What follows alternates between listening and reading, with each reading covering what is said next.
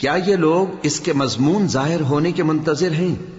جس دن اس کا مضمون ظاہر ہو جائے گا تو جو لوگ اس کو پہلے سے بھولے ہوئے ہوں گے وہ بول اٹھیں گے کہ بے شک ہمارے پروردگار کے رسول حق لے کر آئے تھے، بھلا آج ہمارے کوئی سفارشی ہیں کہ ہماری سفارش کریں، یا ہم دنیا میں پھر لوٹا دیے جائیں کہ جو عمل بد ہم پہلے کرتے تھے وہ نہ کریں بلکہ ان کے سوا دوسرے عمل کریں۔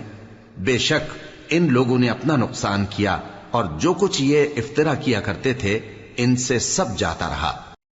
کچھ شک نہیں کہ تمہارا پروردگار اللہ ہی ہے جس نے آسمانوں اور زمین کو 6 دن میں پیدا کیا، پھر عرش پر جلوہ افروز ہوا۔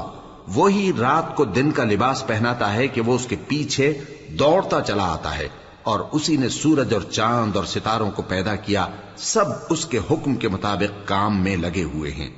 دیکھو سب مخلوق بھی اسی کی ہے اور حکم بھی اسی کا ہے۔ اللہ رب العالمین بڑی برکت والا ہے۔ لوگوں اپنے پروردگار سے عاجزی سے اور چپکے دعائیں مانگا کرو، وہ حد سے بڑھنے والوں کو دوست نہیں رکھتا، اور ملک میں اصلاح کے بعد خرابی نہ کرنا، اور اللہ سے خوف رکھتے ہوئے اور امید رکھ کر دعائیں مانگتے رہنا۔ کچھ شک نہیں کہ اللہ کی رحمت نیکی کرنے والوں سے قریب، اور وہی تو ہے جو اپنی رحمت یعنی بارش سے پہلے ہواؤں کو خوشخبری بنا کر بھیجتا ہے، یہاں تک کہ جب وہ بھاری بھاری بادلوں کو اٹھا لاتی ہے تو ہم اس کو ایک مری ہوئی بستی کی طرف ہانک دیتے ہیں، پھر بادل سے بارش برساتے ہیں، پھر بارش سے ہر طرح کے پھل پیدا کرتے ہیں۔ اسی طرح ہم مردوں کو زمین سے زندہ کر کے باہر نکالیں گے۔ یہ آیات اس لیے بیان کی جاتی ہیں تاکہ تم نصیحت حاصل کرو۔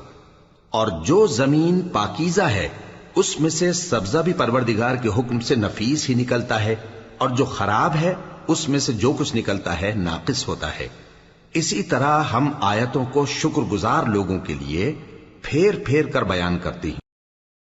ہم نے نوح کو ان کی قوم کی طرف بھیجا تو انہوں نے ان سے کہا، اے میری برادری کے لوگوں، اللہ کی عبادت کرو، اس کے سوا تمہارا کوئی معبود نہیں۔ مجھے تمہارے بارے میں بڑے دن کے عذاب کا بہت ہی ڈر ہے۔ تو جو ان کی قوم میں سردار تھے وہ کہنے لگے کہ ہم تمہیں کھلی گمراہی میں مبتلا دیکھتے ہیں۔